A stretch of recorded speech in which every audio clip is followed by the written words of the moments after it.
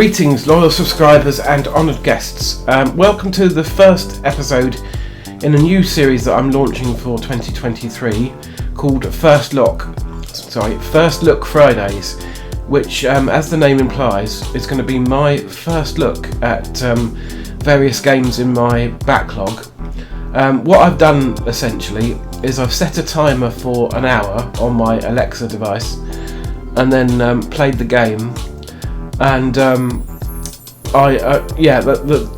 hour time is the bare minimum that I play the game for.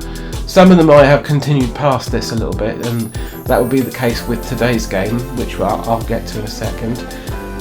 So the idea is that I have a minimum of an hour's footage to sort of jump around in and show you. These videos won't be an hour long, so don't worry about that.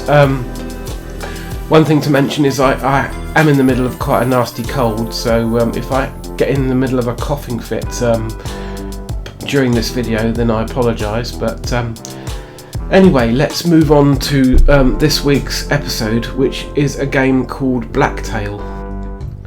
So here is the very beginning of the game, where I'm about to launch into it.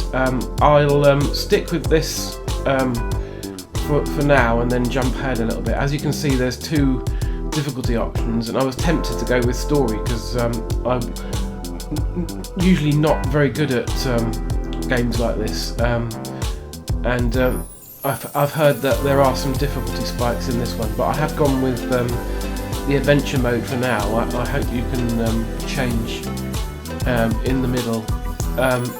Unfortunately, with these first 5 games that I recorded all in one day, one after another, I haven't got any sound for any of them, which is annoying. But it's the problem with my particular capture device is that it sometimes just loses the sound. It's a real pain. Anyway, what is Blacktail? It's a first-person fantasy action adventure based around Baba Yaga.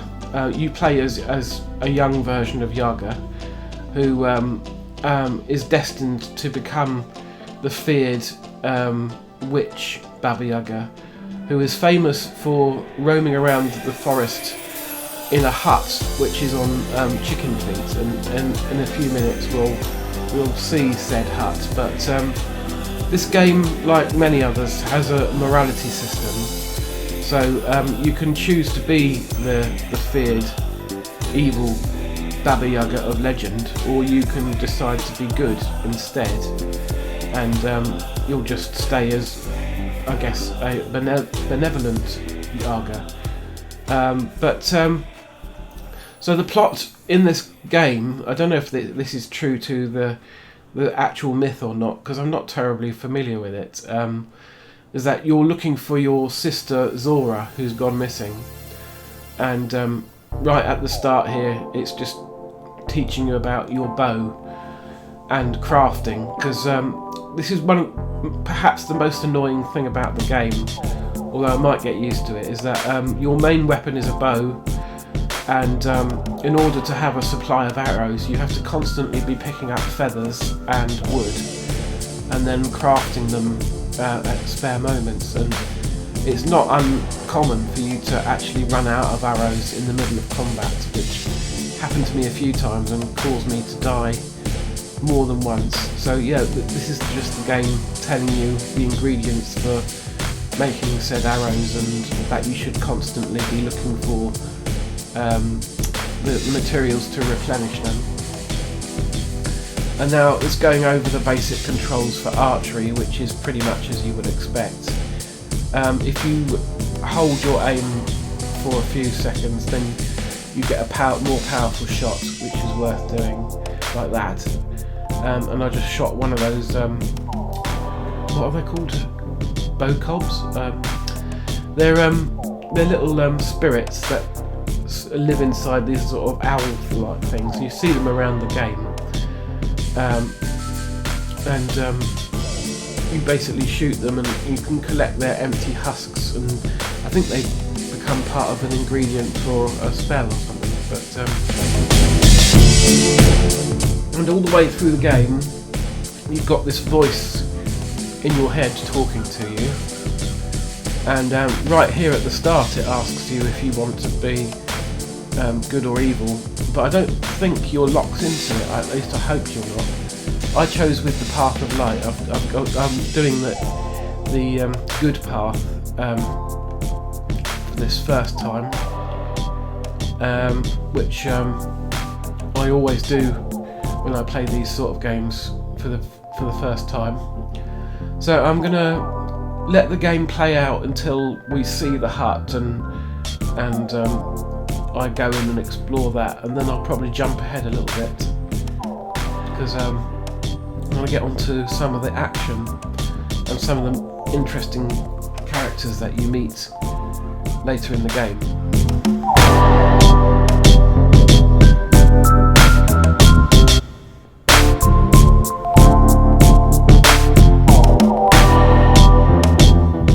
So here's the hut. In this game, it appears as sort of ghostly and translucent until you actually go inside, and then it actually manifests around you. And there's also a little black cat that you see, and if you talk to the black cat, then he can warp you back to the hut when you're elsewhere exploring the world, and then warp you back to the hut again. And before we get to the hut, actually I've got to do some hunting. So I might actually skip forward a little bit because it's a lot of me trying to track this deer. So hang on, bear with me a second. Let's scrub forward. That's the skill tree, and that's a respawn point. Let's just advance it until... hang on, there's a hedgehog.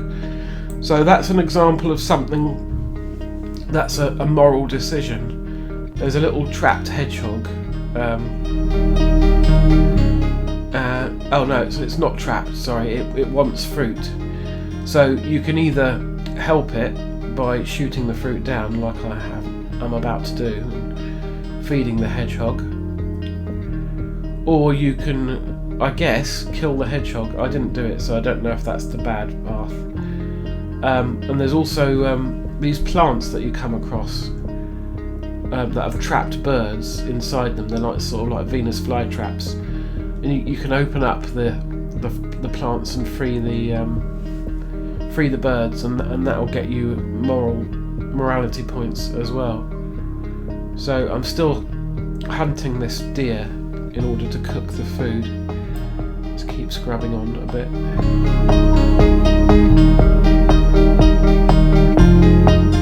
Here it is. I think this is where I finally kill the deer.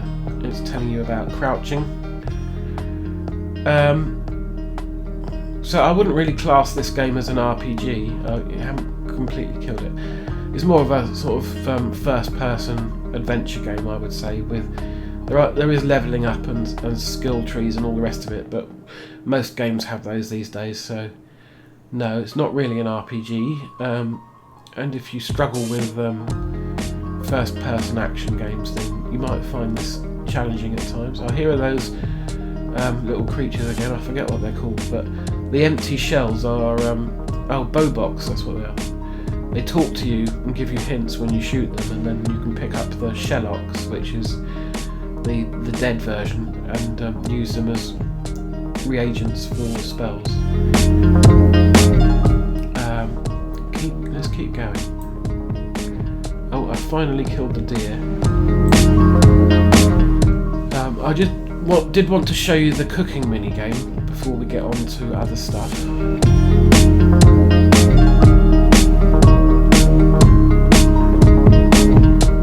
So I've got the meat now, and now I need to take it back to the fire. Areas with vines and flowers on, like the one we just saw there, can be climbed up. Yeah, so if you see that, you jump up. You can climb up there. Here's a spider, which reminds me a lot of the spiders from the Zelda games, the Skulltulas, but instead of skulls on them, they've got one giant eye, which is pretty creepy. but as long as you're careful, you won't get poisoned by these guys. But you can pick up their eyes as another spell ingredient. There's another one over there.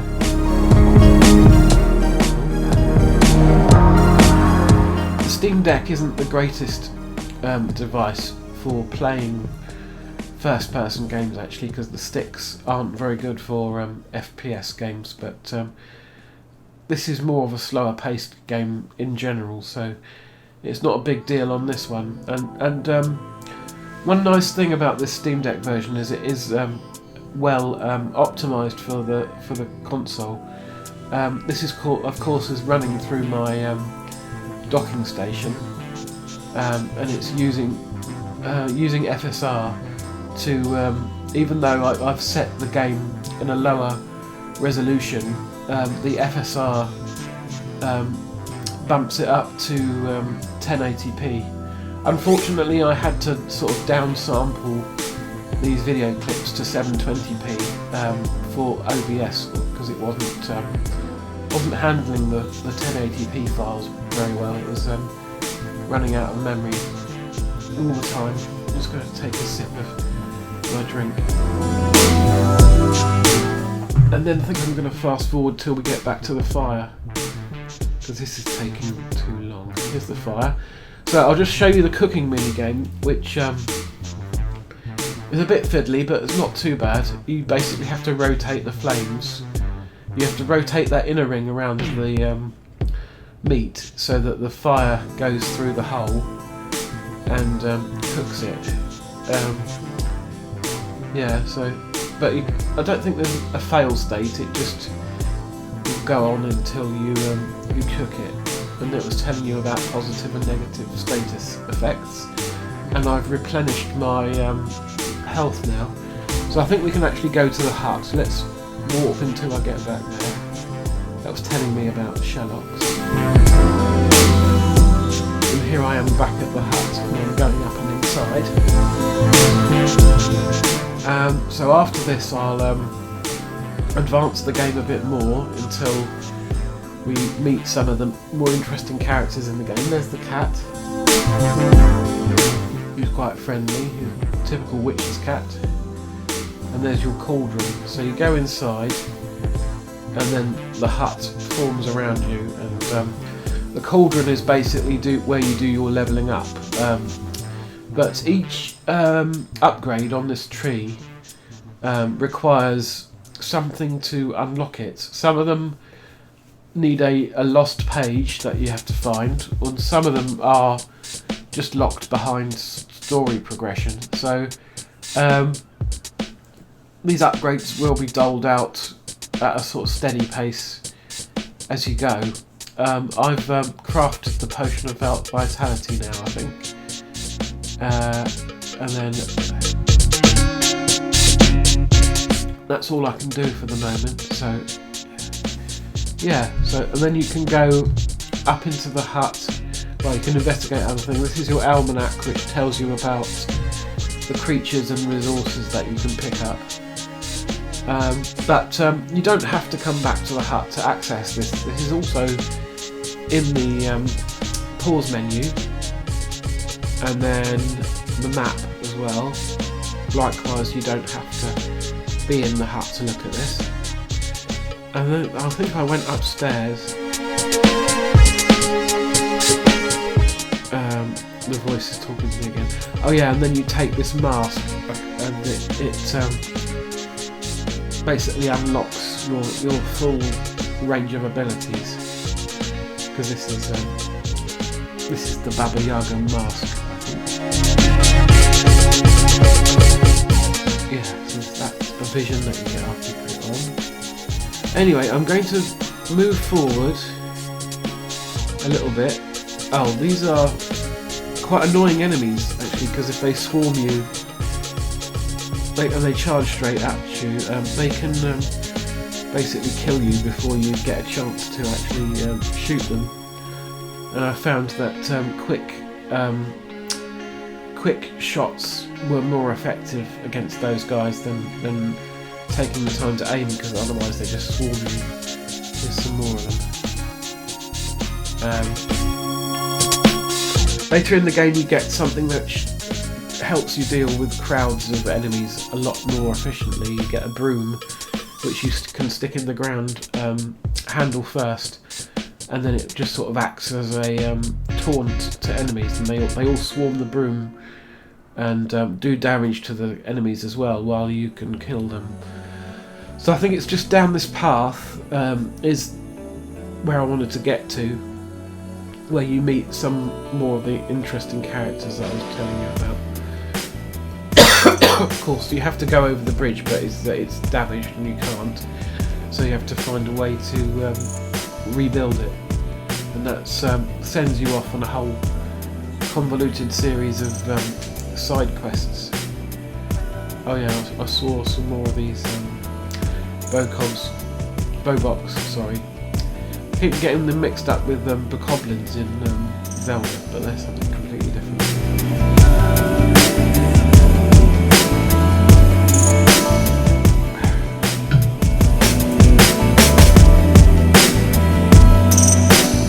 Yeah, so I do find the constant resource management a little bit of a pain, a bit of a chore, but I'm enjoying the game regardless of that. Yeah, these blue plants give you health back. But anyway, here are some giant talking mushrooms, which are pretty creepy, I have to say, but they're friendly, kind of. There's two types. There's cursed mushrooms, which is the guy on the left, Slippery Jack, and then there's more orderly kind mushrooms, which are the guy on the right, which is Borvi Borko, and you will meet many of these mushrooms or toadstools as you go through the game, and you're sent off on a quest to kill a dragon in a minute, and you can either go and talk to a knight, which is the good path, or you can go and talk to a rogue, which is the bad path, and they're both mushrooms. So anyway, I'm gonna skip on a bit till we meet the knight. That might be in the next part of the video.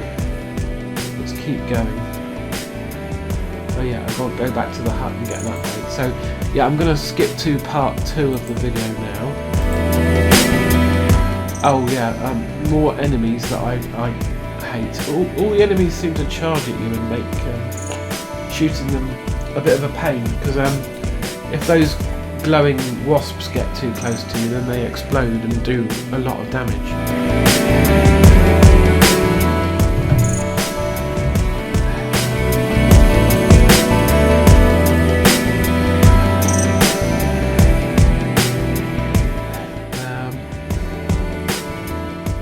Oh yeah, this is cool. You can meet these little insects throughout the game. I've met 2 so far. There's probably, I don't know if there's only 2, but there's this ant queen here who's planning the downfall of the human race and wants you to help. As that's an evil act, I declined. And basically, if you accept, though, you have to do a sort of side quest where it's usually fetching things for the for whichever character it is. Yeah, it's a shame you can't hear the voice acting, because it's really good in this game. If I move on a bit further, maybe we'll find the other chap. It might be after this bit, actually. I don't know if I've got any footage of it. More of those goblin guys in this cabin.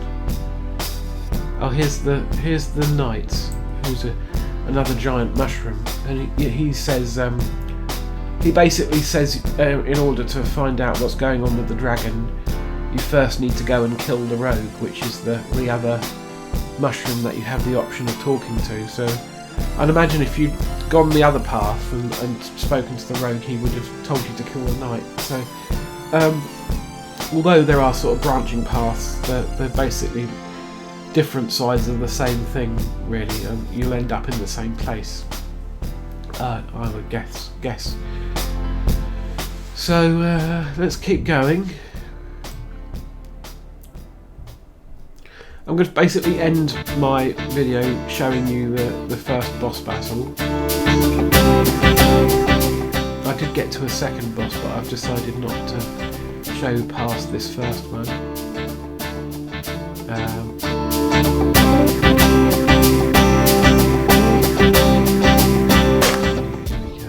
More of those big. Oh, here it is. Here's the other sort of side quest character that I found. I could hear someone talking to me, and I couldn't work out where it was coming from. It's actually this little grub sitting on a rock. Here he is, in this little hut. And this guy's a good guy. He's Mr. Lava. Mr. Lava.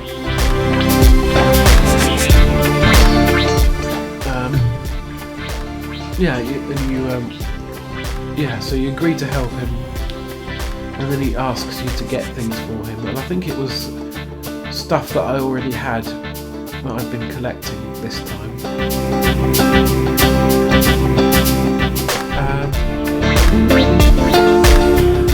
But basically, you get some positive karma for doing it. More spiders. Oh, this is like a treasure bag, which is a frog that ribbits. I don't know exactly what they are, but they give you stuff if you basically take their contents, and then they sort of crumple and die like that. It's a bit sad, but never mind. I've used the cat to walk back, and I can get my first proper upgrade past the tutorial. And I've finally arrived at the cave with the first boss in it. So let's just watch my attempts to defeat the boss before I end the video.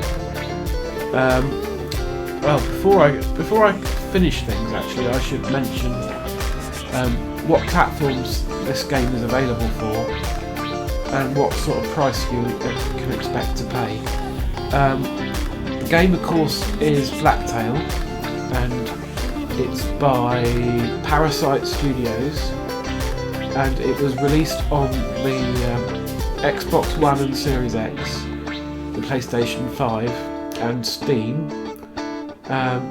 On the consoles it's $24.99 in pounds. I'm not sure what that would be in dollars, about 30 I think. On Steam you can get it for about £20, and it's fully verified on the Steam Deck, and runs very well, as you can see from here. There was the occasional little sort of hitch or slowdown, and I think running it at a cap of 30 FPS. I can't remember, but no, it plays well. I shall probably play some more just on the handheld mode now. But yeah, if you like stuff like Alice, American McGee's Alice or Alice Madness Returns, it's the same sort of dark fantasy world as that. It also reminded me a little bit of Kenna Bridge of Spirits, not in the combat really, but in the sort of some of the graphics, more the sort of lush foresty areas. Just reminded me of that, but not too much. It's more Alice, but of course, where Alice was a third-person game, this is completely first-person. So I failed my first attempt at the boss. It's not actually that difficult a boss. He starts with about a third of his health, because I guess he's already been attacked by whoever that executioner chap is with the axe embedded in his head. But he's sort of possessed the executioner now with his spores. sends him against you as well. And the thing I missed the first time is that he sends out smaller mushrooms that poison you, so I'm going to watch out for those. I think that's what killed me the first time. And the other thing you need to be aware of is the health-giving plants around the arena grow back eventually, so you want to keep an eye out for when those respawn and go and top up your health if you need to. And also there'll be feathers and wood around so that you don't fully run out of arrows in the middle of a fight, which is good. But it was ACG who made me aware of this game originally, Karak, and I am grateful for him reviewing it and doing the preview of it as well months ago, because otherwise I wouldn't have heard of this game. So I am actually going to defeat him this second time. You see he's not got too much health left, although it was looking a little bit dicey for a second here. He got a good hit on me there, and he's still sending out his smaller mushrooms. You need to get out of the way of these stones that he's sending you to. I think I'm going looking for health. There's some. So I think as long as you're constantly looking for health and stuff to replenish yourself, on this boss at least you won't have too many problems. And the second boss had a sort of specific gimmick to it as well, which you needed to figure out in order to beat it, but I won't show any of that. I forget how long the game is supposed to be. I don't think it's a terribly long one, probably about 12 or so hours, but that's only a guess. I'll have to go back to Karak's review and watch it again to remember how long he said it was. But anyway, I've defeated the mushroom now, and I think once you go and take the item you're here for, this other mushroom guy turns up, this spy, who's really creepy looking, and he basically sends you elsewhere and says he's going to keep his eyes on you. But anyway, yeah, that's Blacktail. I hope this has piqued your interest a little bit if you weren't familiar with the game. And as I said, I've got 4 more games that I've already recorded footage for lined up there. Sadly, I lost the sound, and then I'll probably record some more soon.